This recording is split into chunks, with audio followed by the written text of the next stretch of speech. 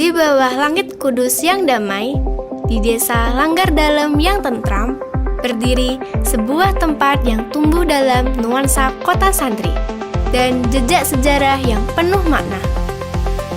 Menara Kudus menjadi saksi perjalanan kami dalam menuntut ilmu. Di era digital yang terus bergerak, SMPNU Putri Nawakartika menghadirkan pendidikan yang berlandaskan nilai Ahlussunnah wal Jamaah. Assalamualaikum warahmatullahi wabarakatuh. Kepada yang terhormat Bapak Ibu dosen penguji uji kinerja pada PPG Transformasi Keempat Pendidikan Agama Islam tahun 2025. Perkenalkan, saya Muhammad Ridwan, mahasiswa PPG PAI tahap 4 tahun 2025 di LPTK Universitas Islam Negeri Wali Songo Semarang dengan NIM 25011174779. Pada hari ini tanggal 4 Februari 2006 saya akan melaksanakan praktek pembelajaran dalam rangka penilaian uji kinerja di SMPNU Putri Nawakartika kelas 8 dengan materi iman kepada Rasul-Rasul Allah. Selamat menyaksikan. Terima kasih.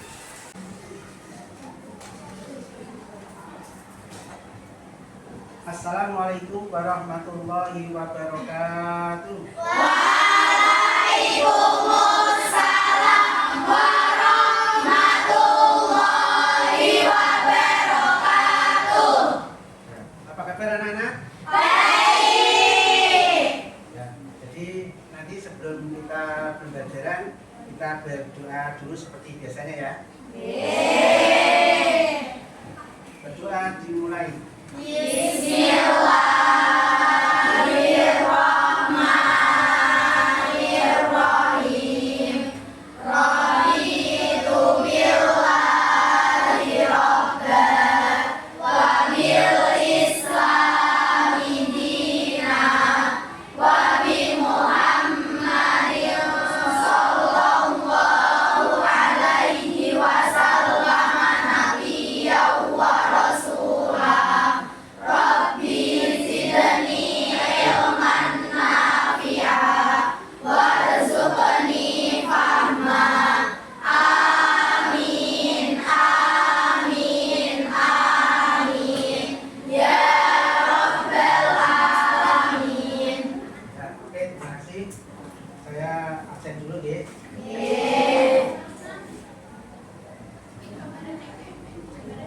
Aina Putri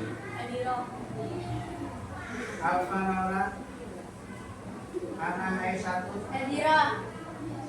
Arini Maharini Asyifa Adelia Ayu Bening Faiza Natasha Putri Hani Himatul Ibriza Sufia Adelia Mera Hanidia Mikaela Anissa Nadia Faria Maira Kalisa Nijesa Lora Bida Yumna Azara Yunisara Januba. Oke, kita lanjut melanjutkan materi yang minggu kemarin, yaitu tentang meneladani Di kemarin sudah saya jelaskan tentang pengertian iman. Jadi iman itu dari kata dasar amanah yu'minu. Artinya apa? Percaya atau yakin. Kita yakin di dalam hati. Nah, ini nanti kita akan mengucap tentang iman kepada Rasul-Rasul. Utusan-utusannya Allah.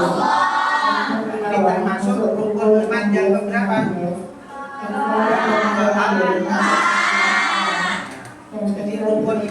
berapa? 1 iman kepada Allah. 2 iman kepada Allah. 3 iman kepada Allah. 4 iman kepada 6 jadi rukun iman yang keempat. Kenapa kok yang diutus manusia kok tidak malaikat? Malaikat kan yang tidak punya dosa, tidak punya nafsu. Ya. Kenapa kok yang diutus bukan malaikat? Kok yang diutus dari bangsa kita manusia? Siapa yang mau jawab? Saya, Pak. Ya, silakan jawab. Karena Allah telah berfirman pada Quran surat Al-Imran ayat 164 yang artinya sungguh Allah benar-benar telah memberi karunia kepada orang-orang mukmin ketika Dia mengutus di tengah-tengah mereka seorang Rasul Muhammad dari kalangan mereka sendiri yang membacakan kepada mereka ayat-ayatnya, menyucikan jiwa mereka dan mengajarkan kepada mereka kitab suci Al-Quran dan hikmah. Sesungguhnya mereka sebelum itu benar-benar dalam kesesatan yang nyata. Quran surat Al-Imran ayat 3 ayat 164. Allah telah mengutus seorang Rasul itu dari bangsa dari kita sendiri. Nah, Rasul itu diutus dan dibekali dengan sifat-sifat. Sifatnya Rasul ada berapa? Sifat wajibnya Rasul ada 4. Yaitu apa? Sidik, amanah, tabligh, fatonah. Ya. Jadi Rasul mempunyai sifat amanah. Jadi seorang pemimpin itu harus mempunyai sifat amanah. Bagaimana jika seorang pemimpin itu tidak mempunyai sifat amanah? Ya. Pemimpin dapat melakukan korupsi, membuat tidak adil dan demokrasi. Ya. Oke. Jadi apabila seorang pemimpin tidak mempunyai sifat amanah, maka kemungkinan besar mempunyai peluang untuk korupsi, berlaku tidak adil. Ya. Jadi terus kenapa kok Nabi atau Rasul kalau tidak dibekali amanah, apakah wahyunya sampai kepada kita? Tidak. Jadi kalau Nabi tidak mempunyai sifat amanah, otomatis nanti ketika Nabi mendapatkan wahyu akan tidak disampaikan kepada kita. Karena Nabi itu mempunyai sifat apa? Tabligh, menyampaikan. Ya. Ya, oke. Di sini untuk itu kita pelajari lebih lanjut tentang pelajaran Rasul, ya. Jadi meneladani utusan Allah, iman kepada Rasul-Rasulnya. Ya. Tujuan pembelajaran pada siang hari ini yaitu setelah kita nanti mampu mempelajari ini, menjelaskan pengertian tentang iman kepada Rasul dengan benar.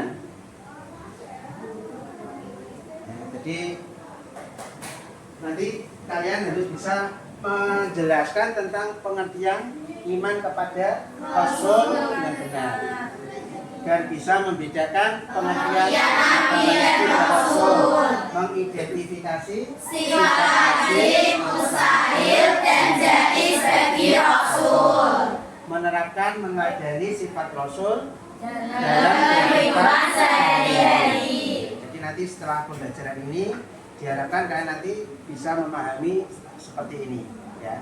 Harus bisa menjelaskan Nabi itu apa, Rasul itu apa, ya, dan lain sebagainya. Juga nanti bisa meneladani sifat-sifat Rasul yang seperti apa tadi? Amanah, tabligh, fatonah. Oke, materi selanjutnya. Apa itu iman kepada Rasul? Ya. Iman yaitu atau percaya. Jadi iman artinya yakin atau percaya, Rasul artinya utusan. Tapi secara istilah, jadi kalau secara bahasa itu secara lughat, ya secara lughawi iman artinya yakin atau percaya. Nah, secara istilah atau secara bahasa, secara istilah meyakini dengan sepenuh hati. Jadi kita meyakini sepenuh hati bahwa Allah telah memilih manusia-manusia pilihan sebagai utusannya. Ya. Untuk apa? Untuk menyampaikan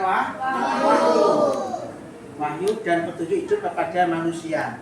Jadi wahyu itu diturunkan kepada Nabi Muhammad untuk disampaikan kepada kita. Jadi wahyu itu disampaikan melalui siapa? Malaikat Jibril. Jadi secara berangsur-angsur. Surat yang pertama yang diturunkan surat apa? Iqra bismi rabbikal ladzi khalaq. Di mana? Di Gua Hira. Pada saat itu Kanjeng Nabi uzlah ya di Gua Hira, terus usia berapa? 40. Usia 40 Nabi menerima wahyu yang pertama. Iqra. Ya, artinya apa? Membaca. Maka anak-anak ya diharapkan untuk dari Iqra ini untuk apa? Rajin membaca. Hukumnya apa? Kita percaya kepada rukun iman yang keempat adalah wajib. Jadi kita wajib percaya. Wajib percaya kepada Rasul. Ya, selanjutnya iman. Iman itu ada dua, yaitu secara ijmali dan secara tafsiri. Jadi iman ada dua, iman secara ijmali yaitu secara garis besar meyakini bahwa Allah itu mengutus banyak nabi dan rasul yang jumlahnya tidak terhitung, lebih dari 124.000 nabi. Jadi secara ijmali kita percaya bahwa Allah itu telah mengutus nabi dan rasul itu sebanyak kurang lebih 125.000 nabi. Hanya Allah yang tahu. Tetapi secara tafsiri, secara rinci bahwa Allah itu ya, yang wajib kita percaya ada 25 nabi. Jadi wajib mengetahui menyakini secara rinci 25 nabi dan rasul yang tercantum dalam Al-Quran. Dimulai dari siapa? Nabi Adam sampai Nabi Muhammad. Jadi makanya Nabi Muhammad itu dijuluki apa? Khotamul Anbiya, karena Nabi yang terakhir. Nabi yang terakhir maka dijuluki apa? Khotamul Anbiya. Nah, ada Nabi yang dijuluki bapaknya para Nabi. Siapa? Nabi Ibrahim. Ya. Lanjut.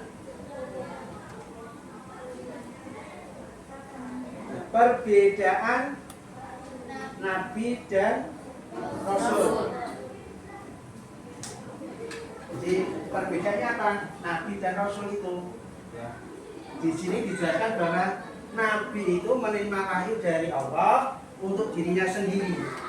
Jadi Nabi itu menerima wahyu dari Allah untuk dirinya sendiri, tidak wajib menyampaikan kepada umatnya. Jadi ini perbedaan antara Nabi dan Rasul. Sedangkan Rasul yaitu perbedaannya menerima wahyu dari Allah sama menerima wahyu dari Allah, tapi perbedaannya terletak pada wajib menyampaikan kepada umatnya. Nah, jadi kalau Rasul itu mesti Nabi, kalau Nabi tidak mesti Rasul, karena Rasul juga menerima wahyu seperti Nabi. Bedanya di apa? Wajib menyampaikan kepada umatnya. Karena setiap Rasul itu pasti seorang Nabi, dan Nabi belum tentu seorang Rasul. Sifat-sifat Rasul. Jadi sifat Rasul itu jumlahnya ada 9, dan sifat wajibnya ada 4, sifat muhalnya ada 4, dan sifat jaiznya ada 1. Jadi ada 9 jumlahnya. Nah, 9 itu dikelompokkan menjadi 3 kelompok. Ada sifat wajib, sifat muhal, dan sifat jaiz atau sifat menang. Nah, sifat-sifat wajibnya Rasul ada berapa? 4. 1. Sidik. Artinya apa? Benar atau jujur. Jadi benar atau jujur. Al-amanah artinya dapat dipercaya. Jadi kalau asidik sifat muhalnya apa? Sidik atau berdusta. Kalau al-amanah sifat muhari khianat. At-tabligh menyampaikan wahyu. Lainnya menyembuhkan. Fatona cerdas. Lawannya belajar atau bodoh. Ini sifat-sifat ini ya, pekan depan nanti juga harus dihafalkan.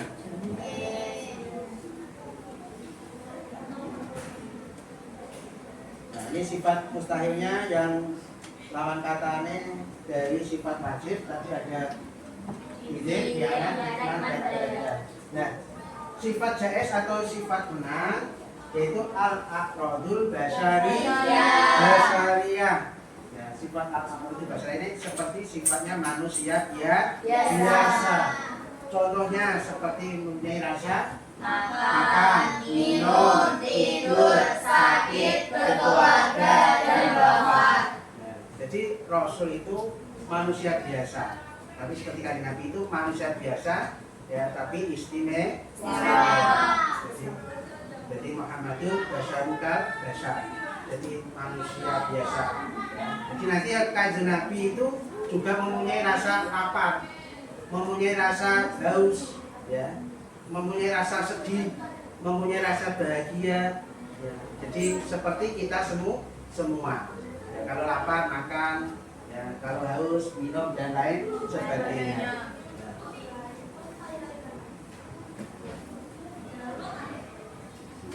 Nah,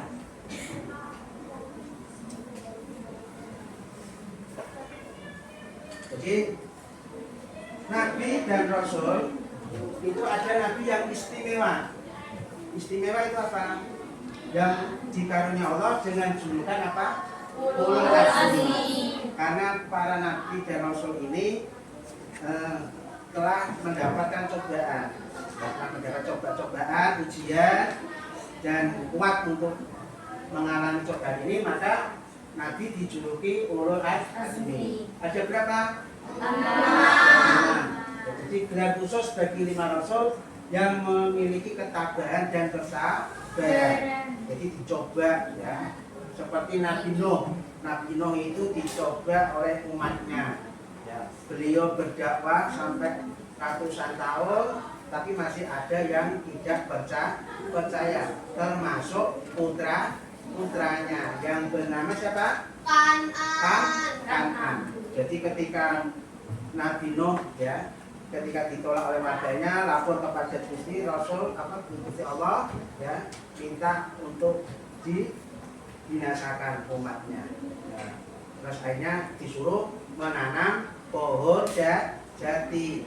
Setelah itu dibuat usaha sampai beberapa tahun, dibuat kapal perahu, malah dikira orang gila. Umatnya malah menganggap bahwa Nabi Nuh itu orang gila, membuat kapal kok di tengah daratan. Pikirannya sudah di mana ini, membuat kapal kok di daratan. Nah, tenang. Akhirnya pada waktunya ada sumber air yang di dapur. Kalau kata sekarang ini adalah pawon, ditunggu untuk membuat, ya, api yang ditunggu itu yang membuat masak itu keluar airnya, sumbernya. Air sampai berbulan-bulan, terus ada hujan, ada badai, akhirnya terjadi banjir bandang. Nah, putranya dan istrinya itu sudah disuruh naik ke kapal. Hei Kan'an, ayo naik ke kapal, ikut abah, ikut ayah, ya, biar tidak tenggelam. Tapi dengan rasa sombongnya Kan'an, ya, akhirnya tenggelam. Tidak, Abi, saya akan naik ke atas gunung yang paling tinggi, tidak akan tenggelam. Tapi karena kuasanya Allah, tidak surut, malah tambah tinggi airnya, sehingga gunung yang paling tinggi pun ikut tenggelam. Itu ceritanya Nabi Nuh. Nabi Ibrahim, ya, Nabi Ibrahim yang dijuluki bapaknya para nabi. Ya, Nabi Ibrahim ini, ya, dengan mukjizatnya pada waktu masih bayi bisa keluar madunya dari jarinya. Kalau haus, ya, ini disesep keluar madunya. Terus dibakar hidup-hidup, tidak mempan. Jadi ketika melawan Raja Namrud, setelah menghancurkan berhala yang ada pada saat itu, akhirnya Nabi Ibrahim dijatuhi hukuman dibakar hidup. Tetapi dengan izin dan karunia Allah, Nabi Ibrahim tidak apa-apa selamat. Nabi Musa juga dicoba oleh umatnya, ya, bertarung melawan Raja Fir'aun, melawan para penyihir, ya, tongkatnya berubah menjadi ular. Terus tongkatnya dipukulkan laut bisa membelah. Ya, itu. Terus Nabi Isa. Nah, Nabi Isa juga ada cobaan ketika berdakwah pada umatnya, dikira dia adalah anak terakhir dari zina. Karena Nabi Isa lahir tanpa bapak. Jadi karena Ibu Siti Maryam di Medina, akhirnya Nabi Isa waktu masih bayi bisa ngomong, memberi kesaksian, Terus Nabi Muhammad yang terakhir, ya, Nabi Muhammad Shallallahu Alaihi Wasallam, dia juga cobanya juga berat, ya, karena kesabarannya, walaupun dihina, dilempari batu, dilempari kotoran, tapi dia masih tabah. Malah yang tidak tabah itu malah malaikat Jibril. Ya Nabi, apakah umatmu saya binasakan semua? Jawabnya kata Nabi apa? Tidak, jangan dibinasakan. Mungkin suatu saat nanti kalau tidak bapaknya, nanti keturunannya ada yang masuk Islam. Karena kesabarannya beliau ini, maka para nabi ini diangkat oleh Allah, dijuluki ulul azmi atau para rasul yang teguh, ya, dalam kesabarannya. Untuk implementasi di zaman sekarang, jadi kita meneladani sifat-sifat rasul pada saat ini, yaitu bagaimana cara kita meneladani Rasul hari ini pada saat-saat seperti ini di era digitalisasi. Jadi serba mudah kita mengakses internet. Jadi bagaimana? Nah, karena di zaman yang globalisasi ini serba mudah, tidak ada batas. Kita buka HP, klik, ya, sudah bisa melihat ke sana, ceklik, ya, bisa melihat berita-berita yang ada di semuanya. Nah, kita mengajari dengan sifat-sifat Rasul ini sebagai generasi yang digital. Jadi yang pertama sidik. Ya. Sidik tadi artinya apa? Jujur. Tidak menyebarkan berita bohong. Jadi ketika kita bermain media, ya, tidak menyebarkan berita hoax, ya, atau berita bohong. Sebelum kita sebar, kita sharing dulu, kita tabayun, ya, kita cross check dulu apakah kita itu benar apa tidak. Amanah, kerjakan tugas sekolah dengan jujur tanpa menyolong. Seperti ini nanti kita akan ulangan mid semester atau tengah semester nanti, ya, kita mengaplikasikan sifat amanah ini, tidak boleh menyontek. Tabligh, ya, berani mengingatkan temannya kalau berbuat salah, berbuat tidak sopan, ya, karena kalian dalam masa remaja juga termasuk peer education, ya, sebagai pendidik sebaya. Jadi kalau ada temannya yang salah, temannya yang kurang sopan, bisa diingatkan, saling mengingatkan. Misalnya ada temannya yang membuang sampah tidak pada tempatnya, bisa diingatkan. Watona, belajar sungguh-sungguh akan menjadi umat yang maju dan cerdas. Jadi kalian ini termasuk apa? Gen Z apa Gen A? Gen Z. Karena lahir tahun berapa? 2019. Jadi kalian harus belajar, ya, rajin belajar, ngaji, ya, agar menjadi umat yang cerdas. Oke, nanti kita dibagi 4 kelompok untuk tugasnya. Jadi 2 bulan Nabi buatlah timeline, ya, nama Nabi, mukjizat dan hikmah yang diambil. Nah, ini kita tugas untuk pendalaman materi yang sudah saya sampaikan. Kita bagi 4 kelompok, ya. 4 kelompok. Yang Satu, tentang perbedaan Nabi dan Rasul. Kelompok 1. Jadi nanti tentang perbedaan Nabi dan Rasul. Ini sudah ada isinya, ada pertanyaannya. Nanti bisa dikerjakan secara kelompok. Ini ditulis kelasnya, kelompok dan anggotanya ya, untuk evaluasi pembelajaran pada hari ini. Kelompok 2 tentang sifat wajib dan mustahil bagi Rasul. Nah, jadi apa sifat wajib dan mustahil bagi Rasul, keteladasannya apa, nanti dikerjakan di lembar ini ya. Kelompok 3 tentang tugas-tugas Rasul. Kelompok 4 bukan Rasul Uzami dan mukjizat-mukjizatnya, ditulis di sini. Oke, setelah saya bagi tugasnya ya, ini tadi kelompok 1 tentang apa? Perbedaan Nabi dan Rasul. Kelompok 2 sifat wajib dan mustahil bagi Rasul. Kelompok 3 tugas-tugas Rasul, dan kelompok 4 tentang Nabi dan mukjizatnya. Jadi nanti di situ dicari di Al-Quran ya, serta di buku paket. Di buku paket itu ada, dan di Al-Quran silakan dicari, jawabannya ditulis di lembar yang sudah saya bagi tadi, didiskusikan deh. Setelah itu dipresentasikan satu kelompok 1 orang yang memakai.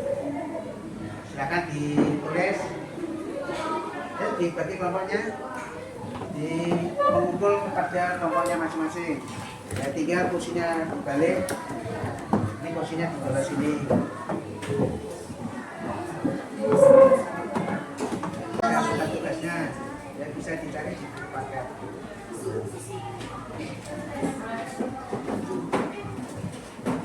Kalau di buku paket aja bisa dicari di Al-Quran.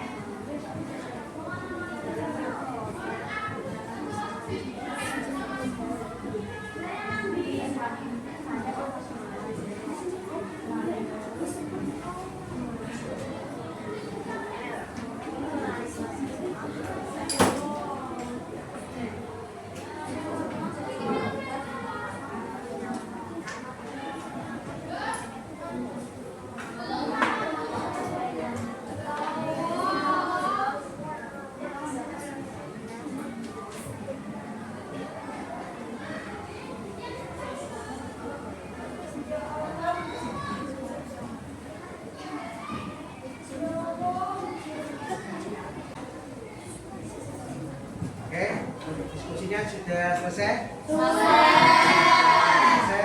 Kembali ke tempatnya masing-masing. Nanti untuk per kelompok diwakili satu orang melakukan apa, belajar? Oke, silakan kembali ke tempat duduknya masing-masing. Ya, selesai. Jangan selesai kita lakukan presentasi. Oke, diwakili per kelompok satu orang. Kelompok mana dulu? Oke, silakan yang mewakili bisa dipresentasikan.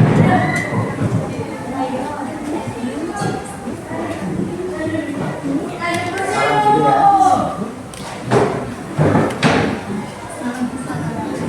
Assalamualaikum warahmatullahi wabarakatuh. Waalaikumsalam warahmatullahi wabarakatuh. Perkenalkan, nama saya Sulam Al-Jalani. Saya perwakilan dari kelompok kita akan mempresentasikan materi yang berjudul tugas-tugas Rasul. Berikut tugas-tugas Rasul adalah A. Menyampaikan risalah dari Allah. B. Mengajarkan ketauhidan. C. Mengajarkan beribadah kepada Allah. D. Menjelaskan hukum-hukum Allah Subhanahu wa Ta'ala berupa perintah maupun larangannya. E. Menunjukkan jalan yang lurus.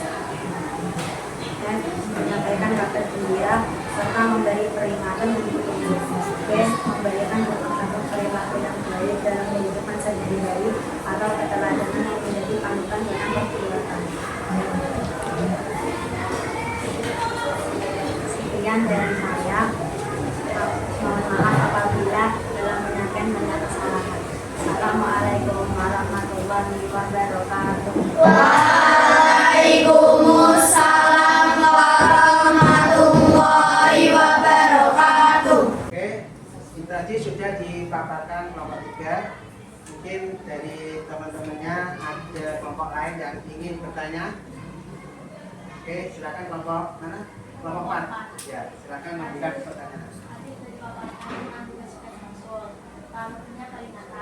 Peringatan apa yang dimaksud? Peringatan yang dimaksud adalah peringatan yang apabila tidak dijalankan akan mendapatkan dosa dan dimasukkan ke dalam neraka. Ya, jadi ada teman kalian yang bertanya tentang peringatan.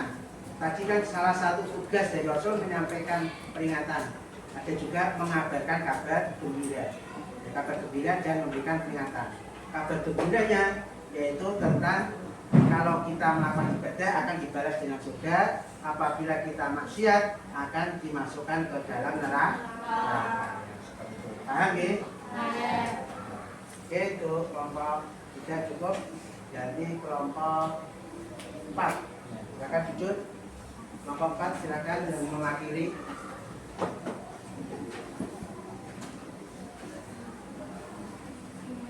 Assalamualaikum warahmatullahi wabarakatuh. Waalaikumsalam warahmatullahi wabarakatuh. Perkenalkan, nama saya Edi Nurjahila. Saya dari kelompok 4. Izinkan saya untuk mempresentasikan Rasul Ulul Azmi dan mukjizatnya.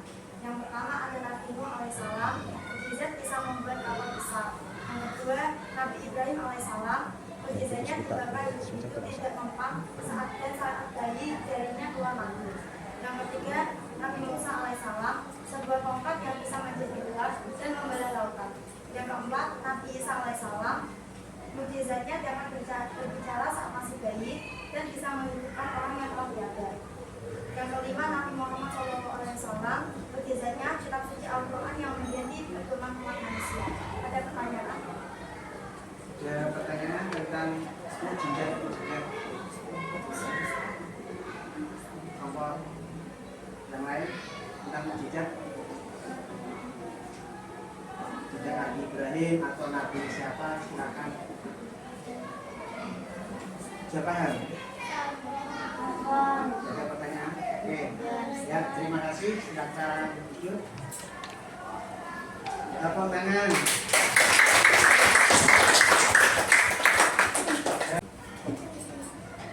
Oke, untuk pembelajaran hari ini, ya tadi kita sudah menjelaskan, mempelajari tentang iman kepada Rasul-Rasulnya, ya, Rasul-Rasul Allah, utusannya Gusti Allah.